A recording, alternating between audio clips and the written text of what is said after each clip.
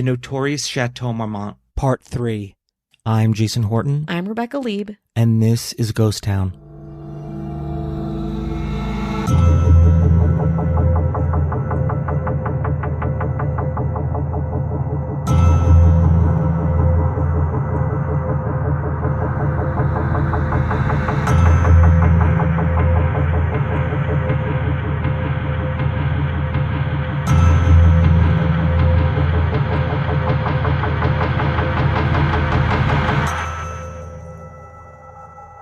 Welcome back.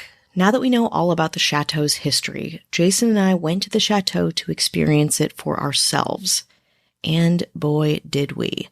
With the help of Patty Negri, Ali Luber, and a host of ghosts, we truly had an experience that my skeptical brain did not expect. But I should have, because the Chateau, for my research, does seem to be a really haunted, kind of energetic place. Welcome to the final part of our 3-part Halloween series, arguably the most Halloween of them all. It's not only scary, but it gets pretty personal. All just in time for the season. Part 3 of Ghost Town's Halloween series on the notorious Chateau Marmont, Hollywood Ghosts.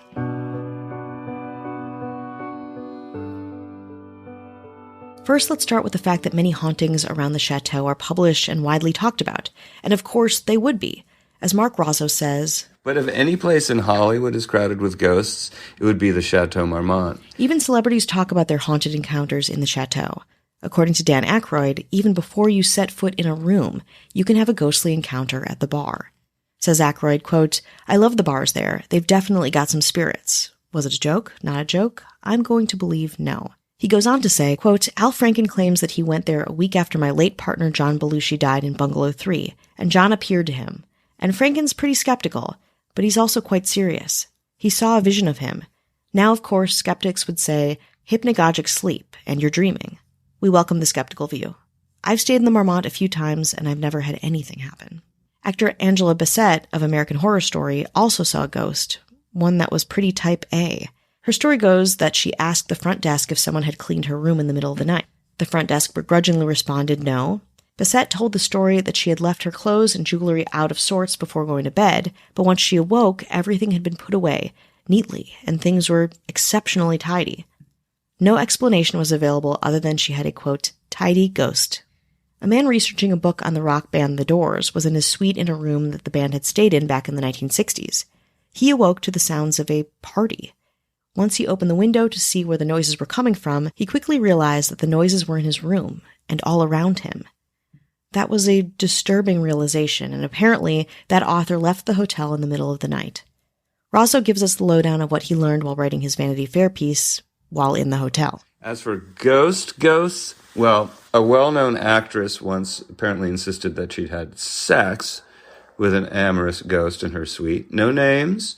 Probably the most trafficked supernatural story about the Chateau is of a blue-robed ghost who appears now and then. At least one staffer told me about that one, even saying they saw or at least felt its presence in the hotel. But my favorite ghost story of all at the Chateau is the one that the screenwriter Kit Carson told about room 23. He called it My Lucky Suite, and that's because it's allegedly haunted by a helpful ghost who's been known to aid writers when they're stuck. Visits in the middle of the night and helps them work out tricky scenes and dialogue and whatnot. Now that I think about it, I think that may have been the first room I ever stayed in at the Chateau, but I personally did not see the helpful writing ghost. So how did we feel when we entered the sacred and iconic hotel and checked into our room, room 15? So when I first got there, it was pretty overwhelming because I've known so much about the hotel and totally. It has such like a looming history over LA. So all that kind of build up did not disappoint when I got there. It was just very overwhelming. Yeah, and it was fun because you're going into this like celebrity clubhouse and you know all about the photos there. You kind of know it before you get there. But then when you're inside, it's very private, it's very quiet, it's very narrow. It does feel very kind of heavy with its own, notoriety, I guess. I think once you're in there also, it's sort of, obviously different celebrities, as we knew when we had dinner. Yeah, we had a couple sightings. But in some way, it's like all are created equal. Yeah. Once you're in there, because you're in there, no one knows why you're in there. No. You could be a high-powered executive. Yeah. You could be a tourist from out of town. And in there, it's a really level playing field, which I think is really great. Yeah, it's very fun. We all can order the salad. Doesn't matter. But was the Chateau destined for a haunted, historically vibrant identity? We had to know. While we stayed there, we invited spiritual astrologer and TV star, you might know her from Bravo's hit reality show, Vanderpump Rules, to do an astrology read for the Chateau. I'm Allie Luber, and I've been a practicing astrologer for a year and a half. So pretty new to doing it professionally, but I've been into it since I was a child. Allie had some really insightful things to say about the use of astrology as a tool for going deeper into someone's past, present, and future. Really our stories. The birth chart is the idea of like the moment we were born. That's why the time is so important, and the location, because the moment we entered the world, that's really the idea of like where the planets were at that exact time. And so it's a snapshot of what the sky was doing. And this is where all the planets are. And what's really interesting is even twins, sometimes, for the most part, they can have slightly different charts. And what that means is pretty much nobody else is going to have the same identical chart as you, which is really cool and unique, and it's personal. So it's our story, and all astrologers do is translate it. And so I'm basically just reading what that means. But had she ever done a read for a hotel? I've never officially done like a reading for a building, but if there's there's so much here, right? And so it is what you said, like past, present, future of a place as iconic as this, and like so much history. And you can see, I mean, this is its chart, and I can get into it. I will get into it, but you can do a birth chart for pretty much anything as long as you have the location and the time. Around the time it is important, and the date. So I use the time and the date of February 1st, 1929, because that's the day that it officially opened to the public. She was a pro and immediately dug into the hotel. She had some really fascinating things to add to our previous historical landscape. So this is the chart of the Chateau. Again, I use the date that it first opened for business, because that tells us how the business is going, but also like what to expect from the people that enter, the energy, like what's happening. Okay, the coolest thing, first of all, is that it is an Aquarius sun, which if you see the sun right there, that's the sun sign. It's living in the 4th house. So our birth chart has 12 houses, and each house rules a different area of life. So the 4th house, where the sun lives, is ruling residency, home, hotels, landmarks. This is the bottom of the chart, so think roots. This is where we go inside, where we feel safe, where we sleep at night. And the sun is where we shine. That's what we're known for. Oh my God. So literally the first thing I noticed, I'm like, oh my God, the sun is in the 4th house. Like this really checks out, because it is known for being a place of residency where people lived and sleep. And it's an Aquarius, which is a very collective sign. Aquarius is all about groups of people. It's very unconventional as well. It's like march to the beat of your own drum. And I feel like that really checks out too, with just the type of people that are drawn here, right? There's a lot of celebrities, yeah, but a lot of like quirky people and just people from all different walks of life, which is fascinating. But then also Aquarius are known for being rule breakers and kind of rewriting the rules, which we know happened here. Also really cool. So if the 4th house is our home, the 10th house, it's opposite. This is the public. This is a stage. This is where people see you. It's in Leo, which I think is really cool. So it's like, again, it's known for being a hotel and a resident, but its reputation, it's in Leo, which is center stage, performers, actors, entertainment, all of those things. So it has a reputation, absolutely, and it's known to the public. Let's look at the Scorpio placements, because I was obsessed with this when I first pulled it. I'm not going to lie, I got chills. I was like, shut up. Okay, so this is where the Chateau was born on that day. This is its beginning. And so it's a Scorpio rising, and it's a Scorpio moon. So it's double Scorpio energy. And Scorpio is the most intense, chaotic sign. It's the sign of secrets and privacy and scandals and sex and affairs and ghosts as well. So greatest hits. Literally, it's the rising sign is its personality. The sun, again, like this is what it's known for. This is really like the confidence, the comfort spot. That's where we shine.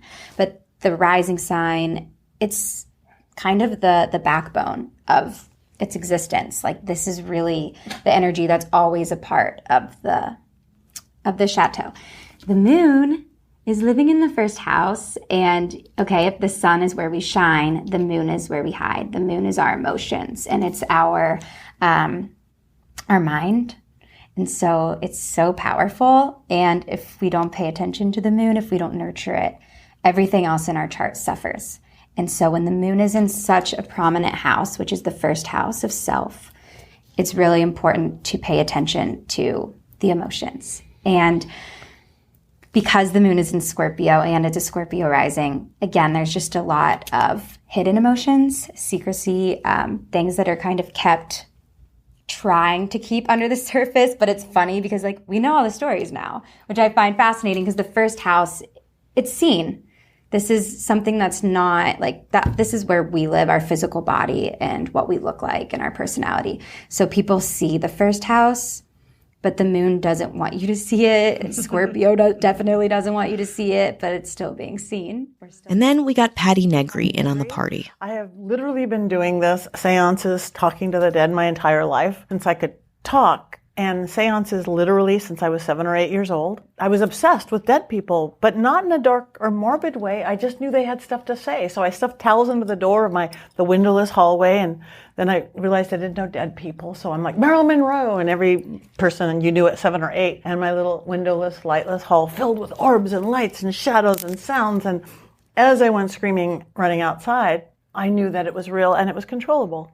So I've spent my whole life studying occult science, metaphysics, spirituality, and everything to see this energy that I see and how to be able to manipulate it some. So that's what I am. I am a psychic, I am a medium, and I'm a witch. I'm a good witch. I don't eat babies. But I do believe that we can shift reality a lot. So Patty is like letting us know what's going on. There's all of this stuff on the table. It's like the table is full of things that I couldn't even, if you were like, what is that thing? I'd be like, I don't know.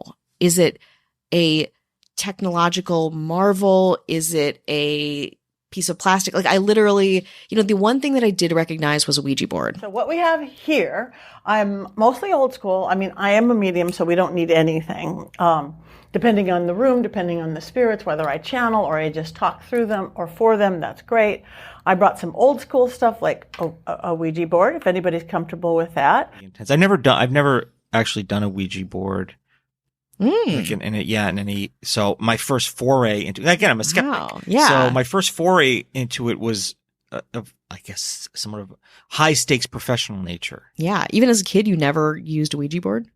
No, I was a good boy. You were a good boy. And I also, which I find that spirits like better, is a chalkboard, because not everybody speaks English. They might write out in French or Japanese, and a lot of people like to draw. And she was good about explaining everything. She didn't try to make it where it was like, oh no, I hold all the mystery, and it's just for you to like marvel in its wonder. And then my other old school that I do a lot is dowsing rods, divination, because again, I can say they're saying yes or no, but this way you guys can see it. These are light up ones, old school ones aren't, but I could hand them to anybody, cross on yes, not on no. Like we are in Paris, France. No. We are in Los Angeles, California. Yes.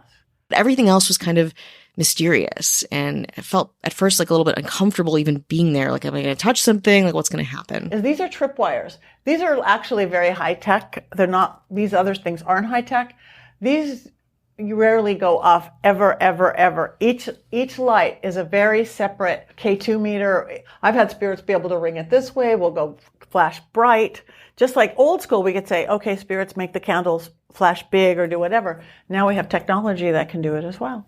And it hasn't shut up since we started. So we've got all sorts of activity. I was like, I thought they were supposed to be like that. I thought they were supposed to go off and like blink. I thought it was for not decoration, but for effect. But then I, slowly realized that everything there had its purpose. Things weren't there just for show or flash or whatever. So that was pretty cool. And they were already like going off, which I was like, oh boy, here we go. And I'm going to tell you right now that since we got here, there is a spirit standing right in the corner. So, okay, spirit, where are you? See, and we haven't even opened the veil yet. So again, I'm mostly old school. I'm going to be burning a few herbs and oils, just a little bit. I love how casual that was, by the way. So Allie, Jason, Patty, and I sat down and got started. Picture a thin curtain between our world and the other world. Our world is our three-dimensional, gravity-ridden, nothing solid. We know that. 7th grade science. This is moving atoms. It's not really solid, but it's this three-dimensional world that we've created. On the other side of the veil is everything else. All of those things that you can't see, but we know are there. They're there, but they're on a different realm than we are. Again, whether you believe they're moving things or the energy thereof doesn't really matter. And the more you separate the two realms, the stronger they get. I have a huge on-off switch. I don't want to go to the grocery store and be like Long Island medium. Your mother wants to talk to you.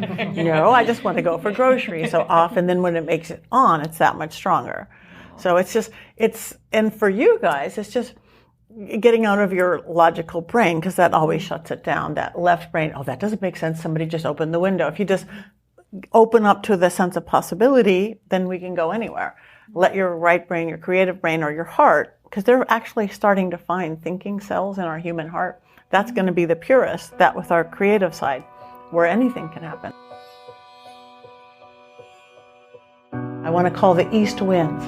Air, thought, focus, clarity, fire, passion, creativity, love. Now I want to invite in the spirits of the west. May the mists of the ancestors rise within each. Lastly, I want to call in the north. Give us the strength of a tree with roots for the living. These spirits do thrive. And now, for the living, may the dead come alive. With the ringing of this bell, we lift the veil twixt heaven and hell to call the spirits to us now, as we make this sacred vow. We are between the worlds. Okay. We've done these incantations. They're making us feel a certain way. Like, I'm very suggestible, so I was like pretty keyed up by them. But as soon as we kind of stop and settle into the seance space specifically, there's a guy in the corner. There's just like a man who's standing closest to me. He was essentially behind you. Right behind me. But it was hard because I was already in a place of trying to be receptive, because we'd done this incantation and we'd, lifted this veil, and the spirits had essentially been given permission for us to engage with them. And then they took us up on the offer, I guess. Your senses might be a little heightened. Open your eyes, close your eyes, doesn't really matter. This guy's name is William. Hi, William. He is really there. He's like, William, don't call him Will or Bill or Billy. He is William. I was very like, woo. Because where I was sitting, I would be looking in that direction. But where you're sitting, Ghost is looking at you. I was also kind of like tingly too. Like, I had felt this enhanced kind of tactile sensation. So I was already like feeling very unlike myself. And there's something about corners, like a ghost in a corner. It's very like Blair Witch for me. It's cultural masthead of a horror movie. So that we were like placed in this space doing this seance, and, a visual in my brain of a horror movie ghost standing right next to me. It was like, oh God, well, if a ghost wanted to be as far away from far away from everyone as possible, it's going to be in a corner. That's going to be the furthest place you can be in a room as compared to flat up against a wall. So it already has like an inherent sense of like, I'm just here observing, or I'm just here doing what I do. It's not like this more invasive thing, which makes it even more. Yeah, it's terrifying because it's just like leaning back and like watching us from a dark corner of a hotel room.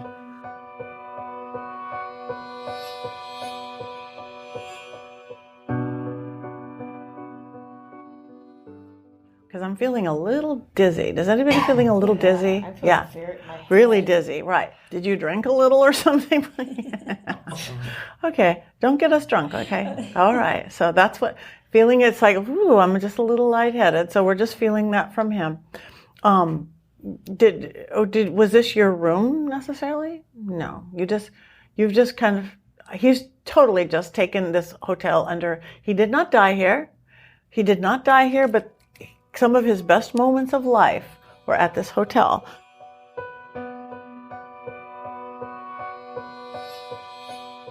But could we connect with someone we knew? Allie was the first one to broach this topic. William, do you know Grace Kelly? Oh, Grace Kelly. Something just touched me. I'm not kidding. Touched. Yeah, you're But gonna I'm get touched. hoping it was probably just in my head. Just in my head. Don't let your left brain do that. If you were right. probably touched, you were probably Spirits, touched. though, Yeah. you can feel. Oh yeah, because you asked him to knock. Yeah. So they can make They can make noises. It's weird. It's all energy. I don't know how, but it works. I read a book on Grace Kelly, and she lived here for a long time. Did when she? her parents weren't okay with her living in LA, and they only felt safe with her staying here. Wow. And she always said it felt like home to her.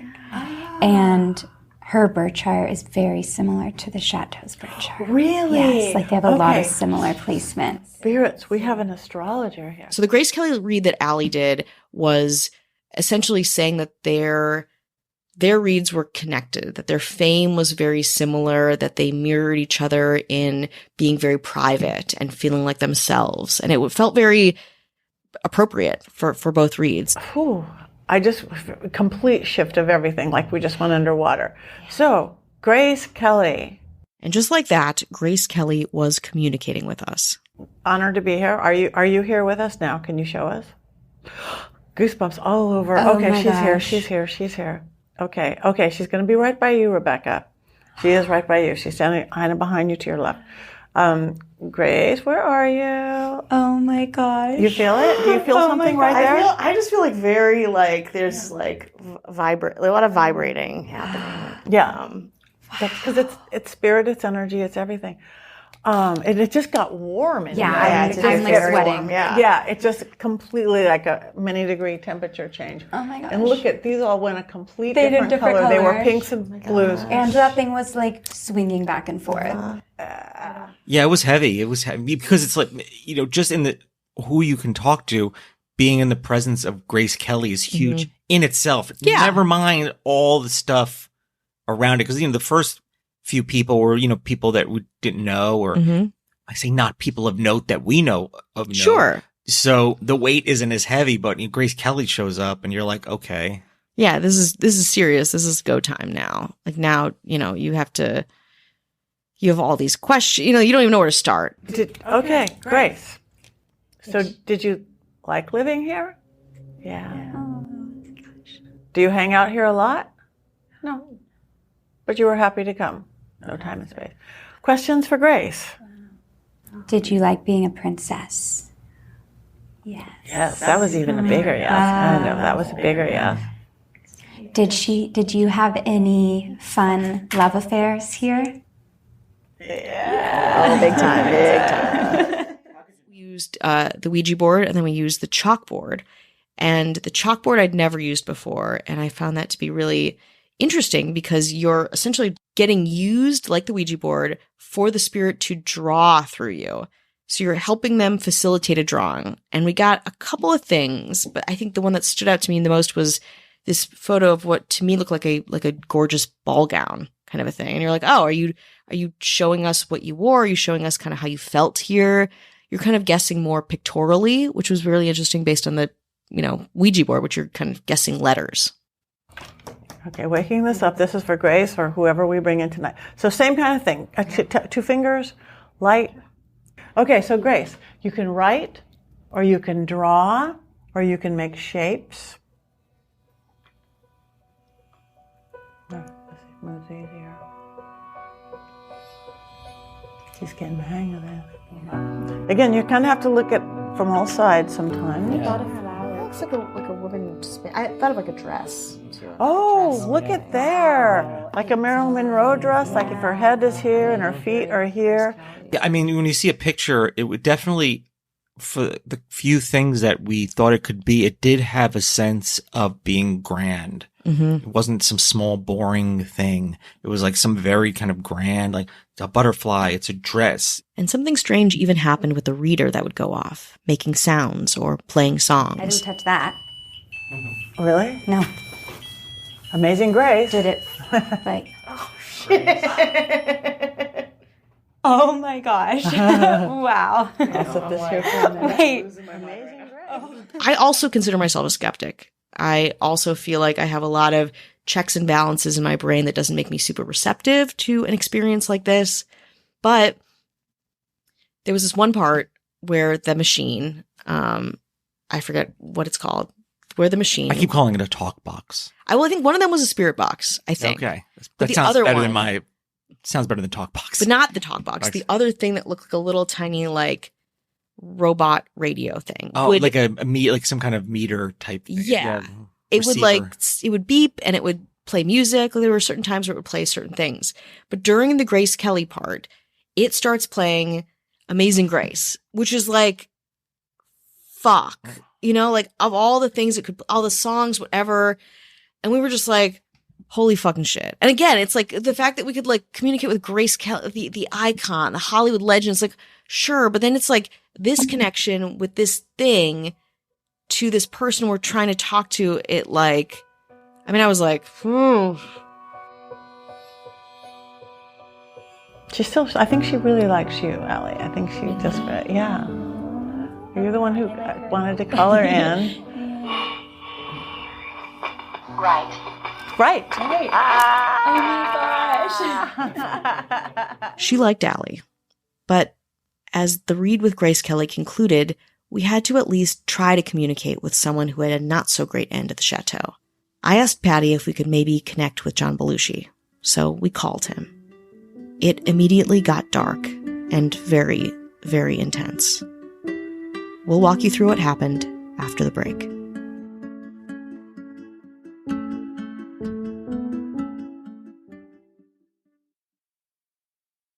So we're in the Chateau, room 15, contacting John Belushi with Allie Luber, Jason Horton, and myself, all facilitated by psychic medium Patty Negri. And things immediately change. They change in the room. You felt it. Absolutely. Like I said, like it was in the middle of the afternoon on a weekday. It wasn't like a very noteworthy day or time. And really time and space didn't exist. I didn't know if it was light out or dark out. It was just really kind of swept up in it all. And then, to talk to John Belushi, who you can't talk about the Chateau without talking about John Belushi. No. And you can't talk about a tumultuous, tragic life without talking about John Belushi. So it was just a lot. Yeah. And it was weird because I was like, should we bring this up? We already talked to Grace Kelly. Am I being greedy? But we had to because it was such a, infamous death, the most famous one at the hotel. And if we could try with Grace Kelly, why not Belushi? Okay, we're going to do a little thing, but let's do a little ma chant. Yeah. It's like Om, only backwards, but it's pulling up that energy. We're just going to blow open the veil a little more. So quiet, but we're going to start out with a real low guttural sound and go slowly up. But again, feel the energy, like it getting clearer right around you with that, okay? So just stay with me. Again, I would love for us to be really loud, but we won't because I'm not going to get us kicked out. Okay, so again, think about the spirits, think about John Belushi, think about Grace Kelly, think about the history of this place, the energy. Keep your feet flat on the ground. Here we go.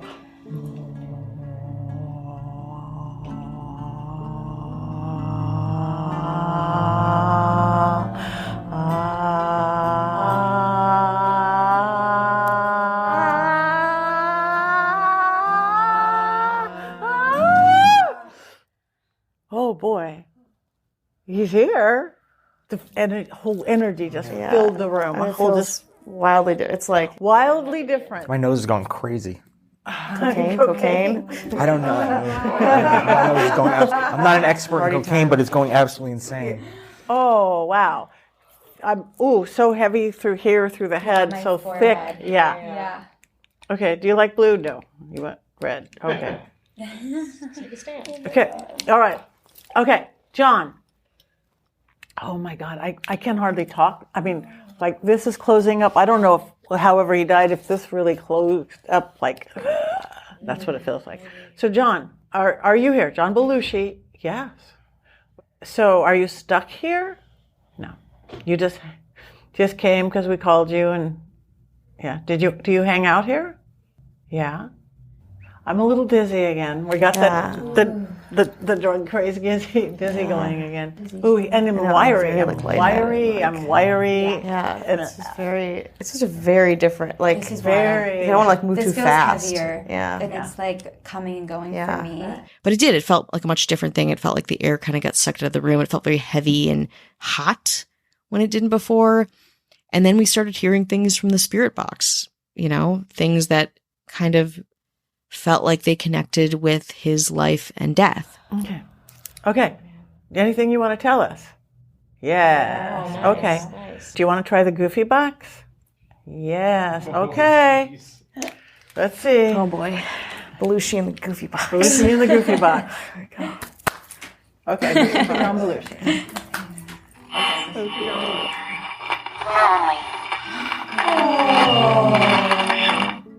I gotta imagine being a celebrity at that time. You know what I mean? At the time. It was so unlike the other things we'd heard come out of the machine. Do you feel misunderstood? It was an accident. Okay. Okay. And he said his last words were, "Don't leave me alone." And he said lonely. And Like, lonely, wow. don't leave me alone. He's afraid. Accident. And then some of it was kind of funny, like kind of trying to make us laugh. Yeah. Pithy, like, oh, you're communicating with the dead kind of a thing. Do you feel like you were creatively fulfilled?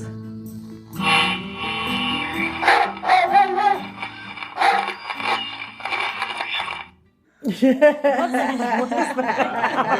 wanted to make us laugh. Yeah. He's like, I'm still Okay. That was good. Happy.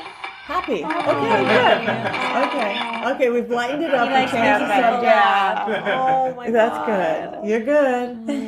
That was also really scary too, because it's like you've got this signature pain and also the signature humor. Well, you'll always be remembered. Answer the phone. Whenever it says that, something usually rings.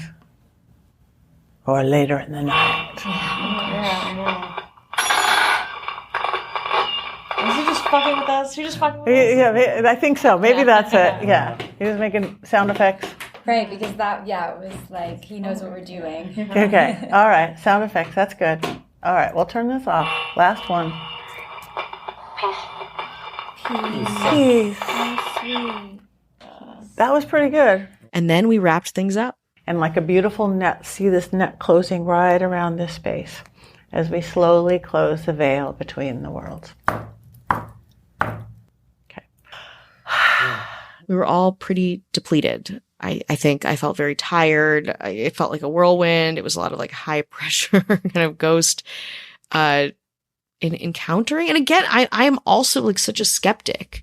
So it's really hard for me to kind of fathom what we had done that afternoon. We ended at 5. Time passed in a way that it doesn't pass normally. I felt like it was like it didn't exist. Like what time is it? Is it light out? Is it dark out? What's the weather? Well, what day is it? I don't know. If you would have asked me the date and time, I'd be like, I'd have to think about it. And it was done. We walked the grounds, had a drink, and tried to enjoy what we had just moments ago been pretty freaked out about and within.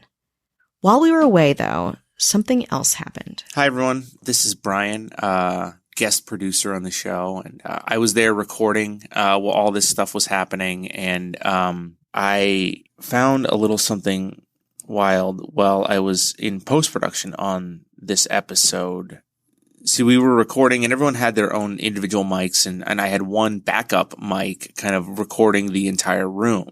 And I turned everyone else's mic off when we left the room to go walk the grounds a little bit, but I forgot to turn off the room mic, so that was just running while we left. And I thought, oh, this is funny. I wonder if anything happened while we were gone. And I was just kind of on a whim went through that file, and it turns out that little machine that played Amazing Grace when they were doing the whole Grace Kelly thing, it lit up 6 different times while they were gone.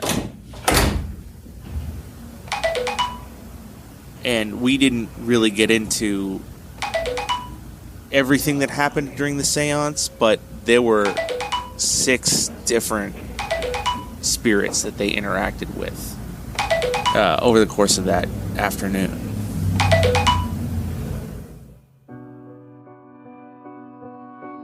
All in a day's work at the Chateau Marmont, whose ghosts, real and conceptual, reside where you expect to find them, and where you don't, even. Perhaps when you're off grabbing a glass of champagne at the bar. Thanks for listening, and happy Halloween.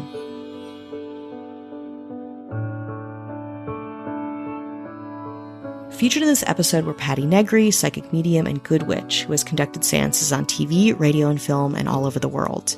You might know her from her work on the Travel Channel and Discovery Plus's Ghost Adventures, or her best-selling book, Old World Magic for the Modern World, Tips, Tricks, and Techniques to Balance, Empower, and Create a Life You Love.